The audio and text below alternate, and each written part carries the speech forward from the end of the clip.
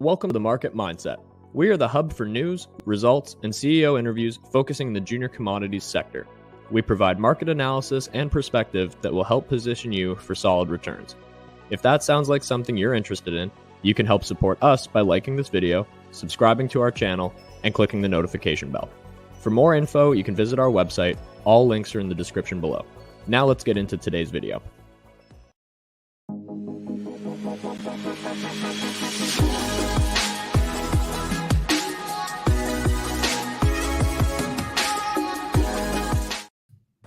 Happy Friday, everyone.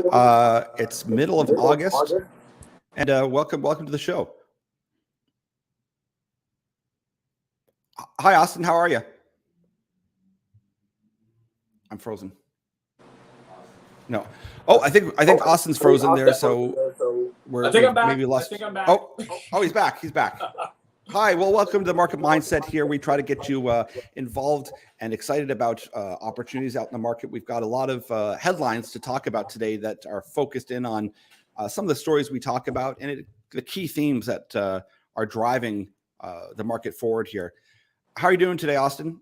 Doing good. Yeah, it's a Friday. It's almost the weekend, so always enjoying that. And always to be great to chat with you. And we're going to hash out some rare earth metals talk and some EV talk, so looking forward to it.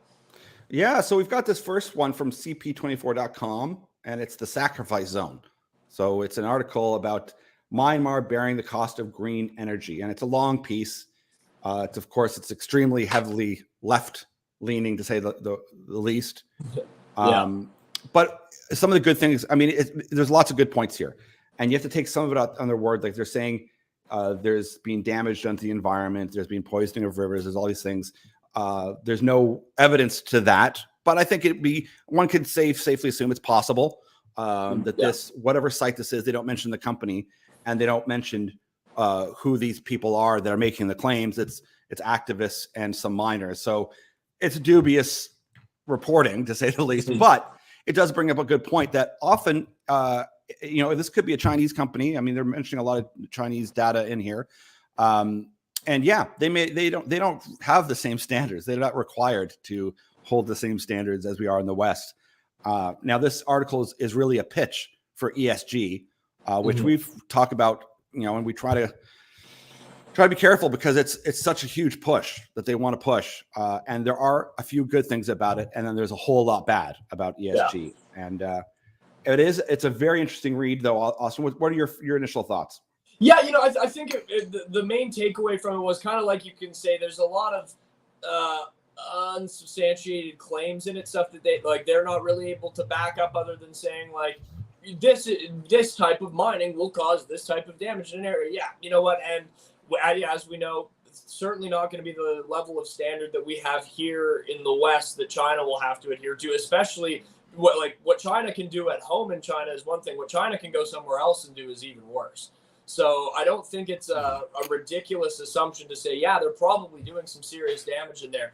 But you have to take it with a grain of salt as well, that there's also been this push across U.S. media to really combat China. And that comes after the Secretary Yellen was saying that the United States' goal is to end the undue dependence on rare earths from China and essentially get themselves off the Chinese rare earth market. So you wouldn't be surprised to see some coordinated media efforts to shame the Chinese industry as well. Now, that's not me saying, hey, they're probably doing it okay, but you have to take it with a grain of salt when you're looking at this. Yeah, I mean, it's not even a secret that the state of pollution, let's just say, in China is astounding. Yeah. And I put in my China report a couple of years ago that it was my belief that they were willing to take the short-term hit to the environment by going full blast with coal, doing things at very shoddy rates, not only as a power play, but also they could launch themselves like a decade ahead of the West. Yeah. And they are far ahead. I mean, they are. And they were willing to take some short-term big pain for a longer-term, possibly greener situation, certainly much more energy positive and powerful than the West. And that's not making any big claims. I mean, we can find tons and tons of sources to show that they're not really, they don't do things clean, and they are more important about amassing all of these things. And these critical metals, like rare earth metals, along with vanadium, graphite, there's a whole list now that are critical. We've been talking about for years and wondering, when are people going to start paying attention to this? They're starting to now. And the thing I like about this article is, and we'll leave the ESG part alone, is that you can do mining very badly. Like all things, you could do it very badly, and you can destroy a lot of the environment. You could destroy rivers, lakes. You can upset the local people that live there. Animals, farms, insects, you name it. You can really destroy a region very quickly. That's the same of any industry. I mean, it's not just mining. It's pretty much any industry. You throw a nuclear power plant in there. You do a hydro dam in there. You throw a gigafactory in there. Guess what? You throw in a couple, wind turbines. Yeah, that does a lot of damage, and you have to clear cut that. So that isn't diffusing and saying it's not important. It is. And the ESG quotient comes in and says, listen, we need to be able to source every grain of sand, every part of whatever mineral from everywhere to see where you're getting it from. Just like with that movie, Blood Diamonds, like they wanted to make sure you're not getting a blood diamond, you're getting a real diamond.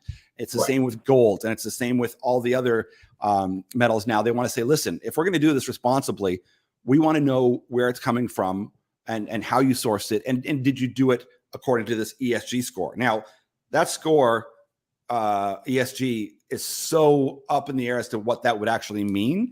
And so in some cases takes in factors that shouldn't even be considered when you're looking. Yes. And I mean, but the general theme, I don't have any problem with. I mean, there's certain obvious things that most people would say, listen, yes, you should be concerned about the environment in Myanmar, even if you don't live there. You should do things properly. There's a set of a whole bunch of assumptions that people go, well, that just makes sense.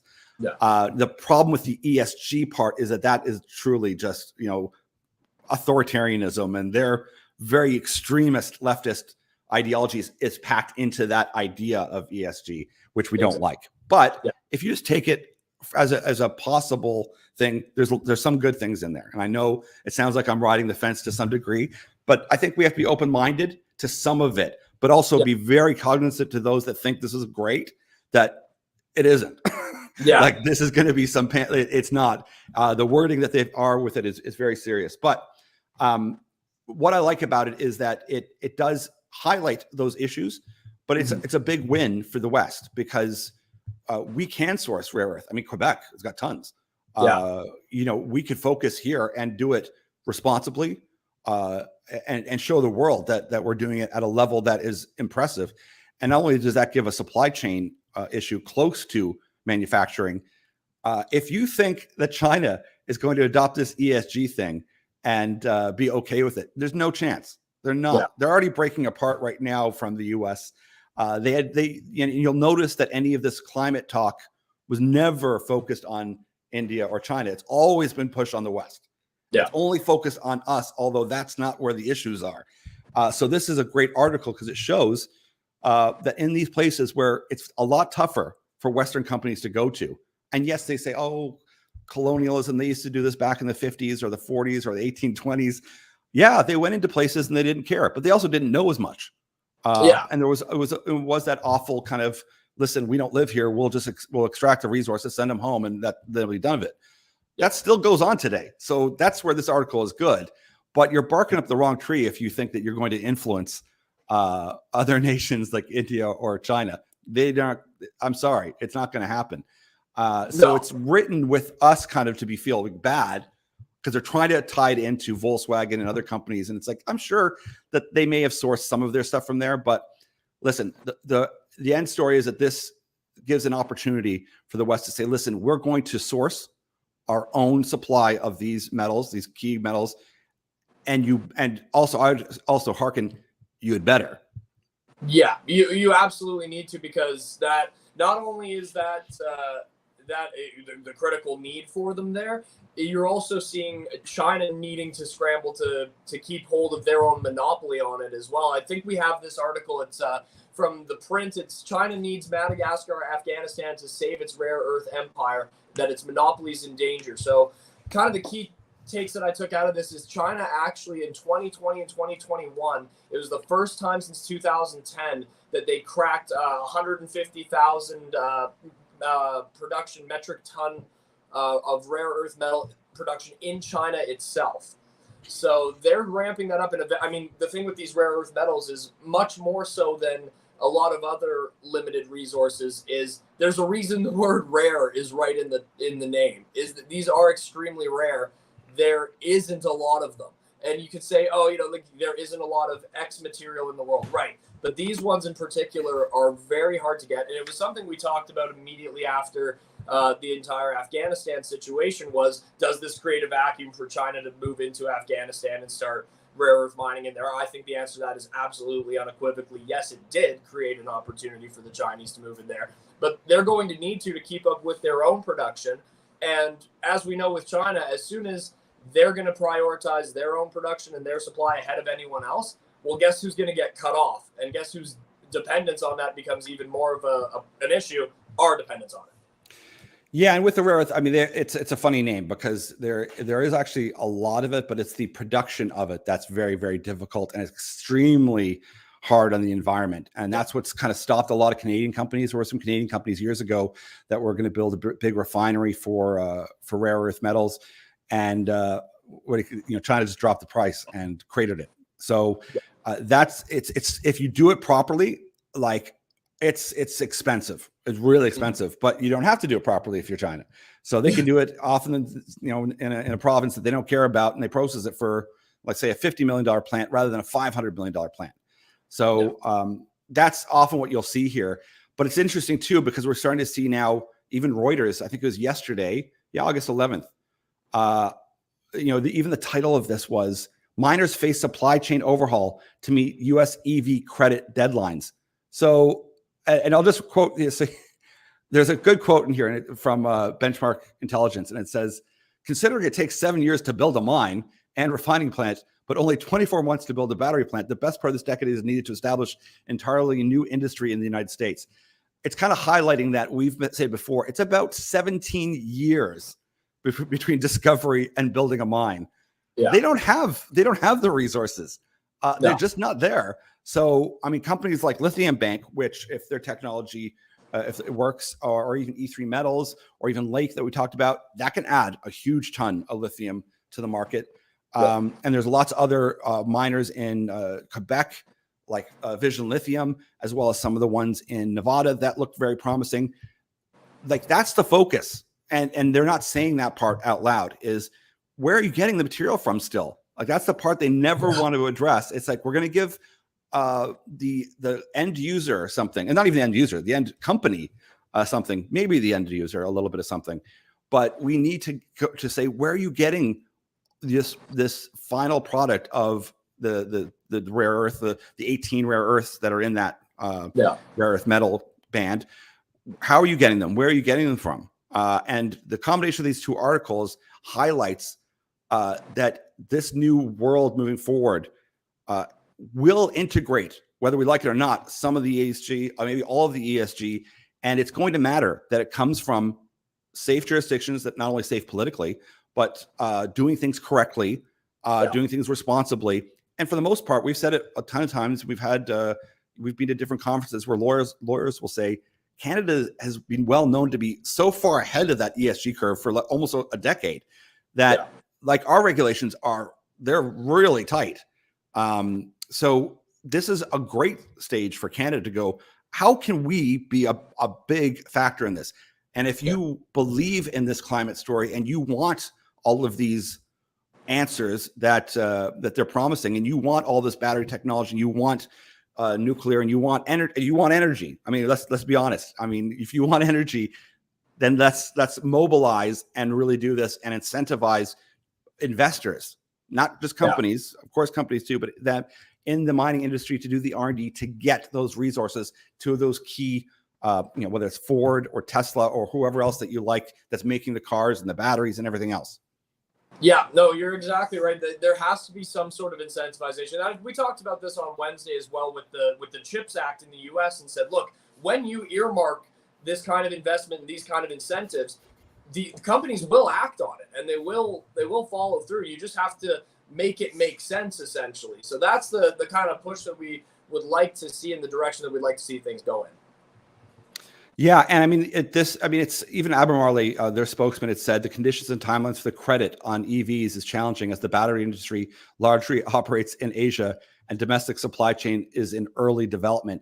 And I'd said this, like, if they were serious about this, why didn't we hear about this years ago to get this going?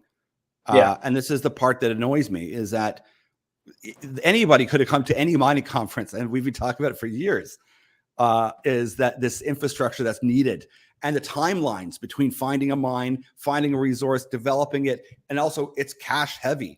That sector is being pounded on for 8 years, rather than someone coming in and saying, well, I mean, lots of people have positioned themselves, but big industry positioning saying, listen, yeah, where are we getting this stuff from? I think they just assumed we're just going to get it from China.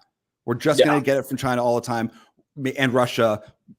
Everything's good. The whole globalist thing is working out. And now we're finding that's not the case anymore. And this globalist thing, thank God, is not working out. And I don't mean, people getting along and trade and everything, but I mean the actual globalist approach to things is not going to work out. We need to have more control over our own destiny in Canada, US, the West, Europe, whatnot. So that's a good thing. But that means you better be ready to get that whole supply chain going. And I hope that we'll see more news coming out from the US. Certainly, we kind of mentioned that Australia is charging ahead. They're pretty fired up down there. And it's weird because they are progressive. They're pretty much like Canadians. And they have environmental people that don't like mining. But overall, they know they're a resource country, and they've been very encouraging to that sector. And they are so much further ahead than us. And we need a change. We need a change where someone says, let's put business in the forefront, because we need business to drive the answers and to get this energy we desperately need. I mean, and this is just kind of off topic a little bit, but one of the highest Google searches right now in Germany is firewood. And people go, well, why? Why? Because they know they're not going to be able to heat. And that's a major economy. They know that the winter's coming and they're going to be in trouble. And this isn't by accident. This is done on purpose.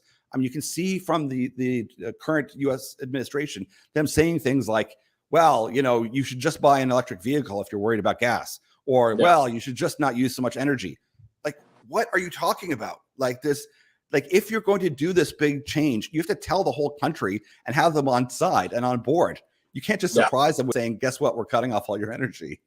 Well, and you make an interesting point with Germany. In 2021, Germany had the highest increase in coal consumption of any country in the world. Higher than India, higher than the United States, who went up a massive amount as well. Germany was number one on their increase. It catapulted them from outside the top 20 to inside the top 10 of coal usage globally. So they're aware that they have this very serious problem that they're going to run into. No real solution other than fire up the smokestacks. We're burning coal again, boys. It's not the best solution out there. So you're going to start to see that strain a lot more, and especially I think in Europe is going to be where it's going to be really focused hard. Yeah, and we're going to have that report, Energy Realism, out, because it's a dream that you're going to do everything, and they're very specific. It's renewable, but what they mean is some biomass, which could be algae, could be this, could be firewood as well, as considered actual biomass to some degree. But it's what do you call it? Solar and wind, and to some degree water as well. But that that depends on where you live. Do you have a dam already existing? Because if you're going to try to put one in, good luck. The environmentalists are not going to let that. They try to stop any nuclear. So you go, okay. So even if you were able to set up these huge farms of windmills, these giant wind things that also, guess what, destroy a lot of aviation, or not birds and insects. I mean, they kill off that drastically. Hard for the environment. You throw them in the middle of the water. Guess what? That upsets a whole bunch of aquatic life and everything. So everything comes with a cost, believe me. Yeah. But you have the problem with intermittency. We're not quite there yet, and I don't see every place, charging up vanadium redox batteries that could solve some of this. They're not doing it yet. I mean, Yeah. California is a little bit. I'll give them that. Thumbs up to California for being very open with the vanadium redox battery story, as well as Dubai. They are building one of the biggest ones. Of course, China has the biggest one. Yeah. And we've got articles on our website if you want to know more about vanadium and redox batteries and whatnot. But it's interesting to see that so much of this that we've talked about is coming to fruition. But it's basically that they're kind of realizing, oh yeah, I guess we just assumed we were going to have China give us all of this, and it's like, why? Like, commodities and energy and food, these are things that you can't play around with. That's the whole backbone of your civilization. And you're just going to say we're going to give it to a foreign power that's possibly very close to becoming the world's strongest economic power? Yeah, we'll trust them that they'll, like, what? Yeah. Weird. No, it's something that, like, if you told your average kind of economic strategist or political strategist even 50 years ago that this was the corner we were backing ourselves into, they'd go, well, that's insane. We're totally throwing away any national sovereignty that we have. Well, here we are in this kind of situation where we backed ourselves into this corner and are going to have to work. Not that it can't be done, but we're going to have to work very hard to get ourselves kind of situated and not have this high level of dependence. The encouraging thing out of that is you do see some steps being taken, at least by the American government, to say, like with the CHIPS Act, with saying, we want to end our dependence on China for rare earth metals. They're taking some steps in the right direction, but it needs, they're sort of slowly dawdling along. They need to start running. This is a race, and you're going to get left behind if you don't really start moving. And at the same time, what you're facing is a situation where this whole BRICS, you'll hear on mainstream news and the kind of left-wing propaganda stuff that Russia's losing and doing so terribly. The Russian ruble is the best performing currency right now. They're doing great. They're winning in Ukraine, and that's not a good thing. I'm not in favor of war, but they are not losing. They're very far ahead of us now. I mean, they're smaller compared to the West, of course, but they're not losing on any stretch, and they're positioning themselves with India and with China. And it looks, as we're getting closer and closer to coming off the petrodollar, that even the Middle East is now in talks with China. Say, listen, we can sell you oil. They're already settling off the US dollar. So this kind of talk over the last 5 or 6 years that we've had as well about is the US dollar hegemony coming to an end? It looks like it's close. And guess what? You didn't set yourself up for this green idea. You haven't. And you're breaking all these alliances on one side. And this could just be the baton toss to China to go, hopefully it's not. There better be a quick wakening up in Europe and in the US to what's happening, because there hasn't been a great rollout. Let's just say that. And I mean, it sounds doom and gloom, but I assure you the reality is China is way further ahead than we are on their growth trajectory, on implementing plans, building out nuclear facilities, amassing all these commodities. I mean, it's going to take years just to do that in the West, to try to play catch up. They've already done it. They were back to work a month after the Wu flu, after our 2 year ago sickness event that came out. They were back to work. Like they were shutting down some cities, but they were still producing. And you can see that on any kind of chart. There was a sharp down and then immediately back up. Whereas we sat for 2 years telling we can't do anything. So that put us even further 2 years behind. So it seems very odd, like it's all orchestrated. If I was being intentional and put my tinfoil hat on. And I don't know, but it certainly is it's very ominous times on a lot of fronts, but there's a lot of things we can do to combat that. And that's some of the things that we'll be talking about in the future.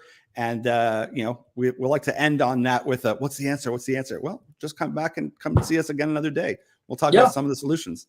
We'll let you know. We'll keep you in the loop. I know, that's the exciting thing, is getting to talk to all these companies and look at all these different opportunities and avenues of how we can try to meet these goals and demands. So that's, that's what we're going to keep trying to do. And we're going to keep pounding the story and saying, hey, we got to be doing this. And hopefully someone will listen at least. But people are, but I mean, sure. you're still in ahead of the curve right now. I mean, if you get behind this, and a lot of it, and I say this in conferences too, what's something someone can do? Like, let your politician know. They don't know. They have no idea. Like they have no clue where the energy comes from. They just assume you're talking oil and gas. But if they want to do this, say, listen, did you know that mining is the backbone to give us the copper, the graphite, the lithium, all these things in order to meet all the solutions you want? Are you aware of that? Like, and what are you doing then to motivate Canadians to invest? Because no, I don't want to pay a tax to a government to then make an investment. No, thanks. I mean, there's that. You might as well throw that money out the window. It's a total waste. Now, that being said, we've got leftist governments. That's all they want is, don't you wear your pretty head about a thing. You're not smart enough to figure stuff out. You just send us some tax dollars, and then this climate thing will solve itself out. It'll be fine. We'll leave it at me being snarky and. But listen, there is opportunity. There's huge opportunity. Oh yeah, absolutely. Good. Well, let's leave it at that before I piss off too many of our progressive people that enjoy watching this show. Although I think I've narrowed them down over the years. But listen, I'll like to leave it on a good note, and it is that there's lots of things happening. There's lots happening right now. There's really cool companies that we've been looking at too that are able to sequester carbon and put it into concrete. I mean, there's lots of really, really, really cool stuff that's happening, and we don't hear enough about it.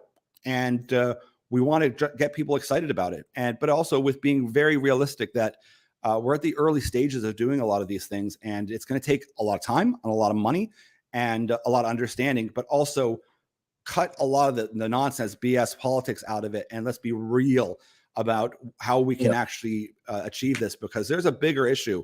There's a bigger problem, and believe me, the world's not going to end tomorrow because of the climate change. Nothing. I promise you that. But the way that they're pushing things, you could end up having a very serious issues, not only domestically, with but also with China.